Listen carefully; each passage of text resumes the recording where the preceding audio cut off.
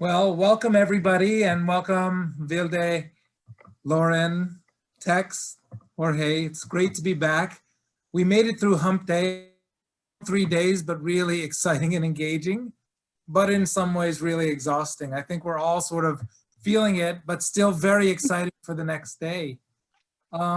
Remember that before we sign off tonight, we're going to also think of one word that characterizes the day for us. So be thinking about that in your mind. But let's start with Lauren. Lauren, what captured your imagination today? What was a highlight for you? So the highlight for me really was the kickoff of the day with Dr. Stein's plenary talking about the interdisciplinary team. I was struck by so many of the things that he said, including the mother is the first intensivist, and that he almost lost his job 40 years ago fighting to have families in the ICU, helping to take care of their children, doing the things that they would normally do at home so that the healthcare team could continue to do the things that they are skilled to do. 40 years ago, we fought for family-centered care, and look where we finally are today. And I reflected back on when I was a new nurse working in an ICU that had a singular intensivist. And when I imagine how that went for them, really needing to rely on the nurses. So it was amazing. And our adult colleagues have some catching up to do. Yeah, and Fernando is an amazing person. He has really lived through it and seen it all, hasn't he? He certainly has. For critical care. Certainly has. What did you attend today that kind of tweaked your interest? I had the opportunity to listen to some of the oral presentations this morning, and I was really very delighted, amazed by the presenters, the researchers who talk about defining the conceptual framework of the assessments of the needs of the patients after they leave the ICU, their impact on their parents, psychological needs of the family, and also they touch on what happens to the siblings. You know, all the interactions that happens. That's most of the time we about it, but when you have to measure in a very objective way, and the thing is, we still need to keep working and to continue studying these situations to fully understand the patient's needs after the ICU and how we can help them to continue the recovery. And also in the afternoon, I had the opportunity to be just part of the audience of the family perspective. And it was really nice to see how I was able to listen from the parents exactly the same themes and the same topics investigators in the morning had been studied and put it in a very objective way. Very, very complimentary day for me. And Jorge, was that all in English, or was it a mixture of English and Spanish? How did that work? The family conversation, it was completely in Spanish. There were 3 families from Mexico. One family lost their child. The other 2 families had a good outcome, but it was very interesting to hear the parents, was both the mom and the father, and there were 3 couples, and it was very interesting. Dr. Stein was the moderator, and as you can see, very insightful with his questions, and the other moderator, Dr. Aguilar from Honduras. Very, very. Go ahead. It's nice to see that the plenary, where it was kind of the theory and the practice, then was reflected by the families and the discussion that happened in the networking sessions, etc. Yeah, it was amazing. It was amazing how the parents were exactly telling us what I was particularly struggling. One of the families talk about the behavior of the siblings when they came during the time the child was at the hospital, and after, exactly what the investigators were talking in the morning. Interesting. Mavilde, was it all about the patients and or was there something for providers? Yes, I appreciate very much the section of welfare of the PICU staff. We had a conversation with Werther Carvalho from Brazil, and he talked about burnout of physicians in training in Brazil, a very important research that brings new constructs in burnout in Latin America, because it's different across the globe. And Sylvie Hamlet telling us the joy of caring by families. This is a source of joy for pediatric critical care professionals to take care of families within our environments. And Gillian from UK, she closed it beautifully, telling us how what happened to you affects me inside the ICU. In this pandemic moment also, what you do with your health or with your life can affect me myself. So very important to us to know how we are interacting all the time with your teams, with families, with patients, with other PICU. So it was a very nice session. I like that very much. Yeah, and it's nice to see, like, Werther Bruno del Cavallo, he's also a giant in the field. Yes. Stein, he's been around for quite a while. Yes, Werther was my co-advisor in my PhD. Yes. Yes. Isn't that interesting? Yes. Yes. Hey, Tex, what was going on in the research world and in Africa and in around the world? I think that it was a little of everything so far that was mentioned, because as you know, in Africa, we are grappling with major issues in how to deliver care for critically ill children.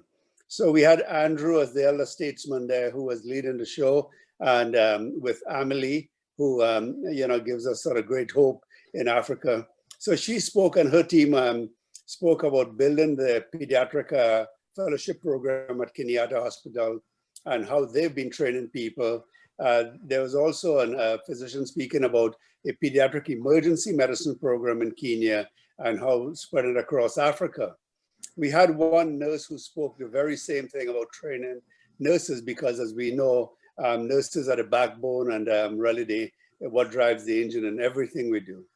We heard also from one of our colleagues in South Africa, the issue of teams. And, they don't use the term again, allied health, right? You have from physiotherapists, nurses, physicians, all teams. But in Africa, the team, many people extended it, saying that we needed to have the policymakers and biomedical engineers on the team, because when equipment break down or when you have to sort of, craft homegrown equipment, you need this sort of help.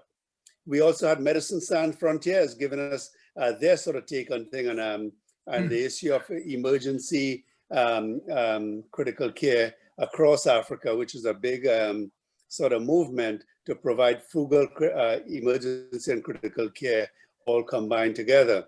And then Mark spoke about a collab. So all in all, I think that this session encompasses everything that was said. They talk about a family and how we have to incorporate families into care, the multidisciplinary teams, how you build capacity in education was a big one for clinicians there. And then the issue of research, the very important issue of research in those settings, that the research in other settings may not be relevant, but how you do it when you have limited resources and limited capacity. So all in all, this I think was a great prelude to Africa 2022. And I think that this is really going to help greatly, because the lessons learned there are going to be relevant not only in Africa, but everywhere in the world, including rich countries. Yes. Yep. That's really amazing. Well, remember to start thinking about your word for tomorrow, for characterizing today, but I'm also really excited about tomorrow. Jorge, you mentioned that we're still in the early stages of figuring out the morbidities that are being realized in our patients, and we're stopping focusing so much on mortality and starting to think about those things. And Mavilda, you mentioned that one of your mentors, Werther del Cavallo, was the presenter. Well, tomorrow the plenary is being opened by Murray Pollock. He was my fellowship director when I was at DC Children's in fellowship. And so I'm really excited because at that time we were working on validating the PRISM score. Mhm. Mortality prediction was the Mhm. king A. And now we've Mhm. come full circle. Well, the same Murray Pollock is now promoting the functional status scores and looking at functional outcomes rather than mortality. So I'm really interested to see how he evolution over time. And I'm excited that our early career investigators are going to have a next, and that a lot of this is really going to take talking about survival into survivorship, that we're really going to talk about life and survivorship after critical illness. But let's come back to Lauren. What's your word for today? Transitioning. Transitioning. Interesting. Why is that? You know, we've moved from not letting anybody into the hospital to having families well integrated into the care that we deliver, to now moving these families outside of the ICU and monitoring and facilitating their survival. Lovely. Transitioning.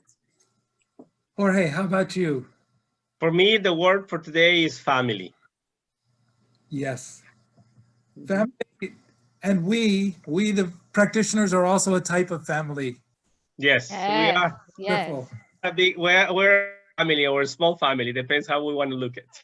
Yes. Mavilde, how about you? This is obrigado in Portuguese. Obrigada. Yes. Thank you. Of course. And Tex? And when I heard all the accents today and continue on the theme of family, my word for going forward is optimism. That's a And good I know one. there's a nice. word cloud. There's a word cloud being formed. If you go to the networking section, you can click in and you can put in your own word for the day.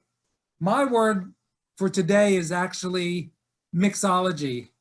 It characterizes the incredible diversity of presentations that we've had so far and we'll have tomorrow, but also highlights for me that tomorrow we're going to have a virtual toast and a little networking session on virtual mixology, where some mixologists are going to teach us how to make 3 Mexican drinks.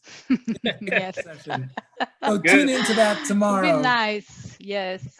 And before we leave, I think Yariv cued us in that there still are a few spots in the ethics, heart failure, non-invasive ventilation, and simulation workshops. So anybody who has a little extra time and wants to sign up for those, there still are a few spots that have been created that are open.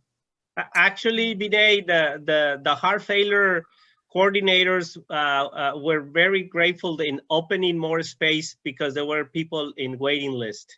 So instead of 20, they increased to 30. So I think we hope that we'll at a workshop for tomorrow.